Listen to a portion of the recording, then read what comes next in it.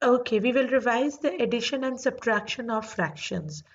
But before we move on to our learning outcome, it's important to know that there are two types of fractions when we talk about addition and subtraction.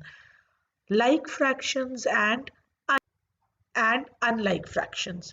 Like fractions are the one in which the denominators are same, whereas in unlike fractions the denominators are different.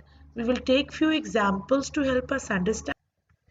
Yes, we have two equations of fraction. If you observe the first one, in the first equation, both the fractions have the same denominator, which is 12, whereas over here, both the fractions have different denominators. One is 11, while the other is 6. So when we get such type of fractions equation in which we have to operate with them, we have to do addition or subtraction. We call them unlike fractions because the denominators are different, while here we have the same denominators.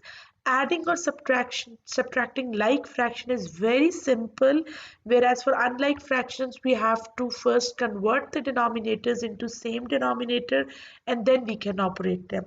Or in simple words, you can simply say that we cannot add or subtract the denominators unless the fractions unless their denominators are same. In the first example, the denominators are already same, so we will just quickly work out with it.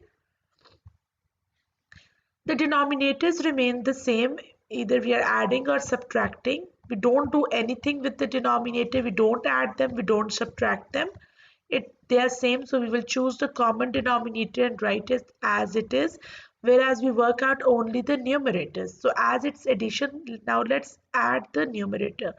5 plus 6 is 11. That's it. Addition and subtraction of like fraction is very simple. Don't add or subtract the denominator. They are same. Choose the common one. Write it as it is.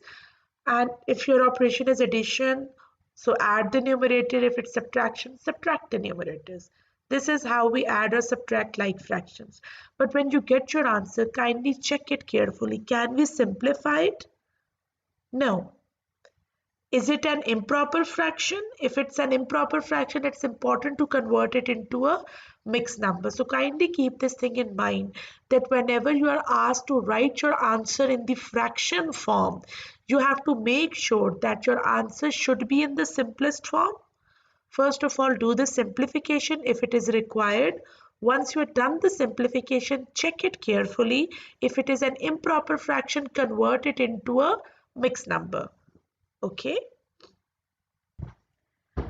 So we have another example over here. Again, first of all, check are the denominators same? Yes, so it means it is a like fraction. These are like fractions, so we can quickly work out. I hope we remember. We will not add the denominators as it's common in both. We will simply add the numerators. Here we are, 27 6. We have added the like fractions, but we need to check, can we simplify this fraction? Yes, they both are multiples of digit 3. 3 2 times 6, 3 9 times 27. Can we further simplify them? No. 9 and 2 don't come in any common table. So 9 half is our answer, but is it a proper fraction or an improper fraction? It's an improper fraction, so it's important to convert it into a mixed number. For conversion into mixed number, we divide numerator by the denominator. Here we are.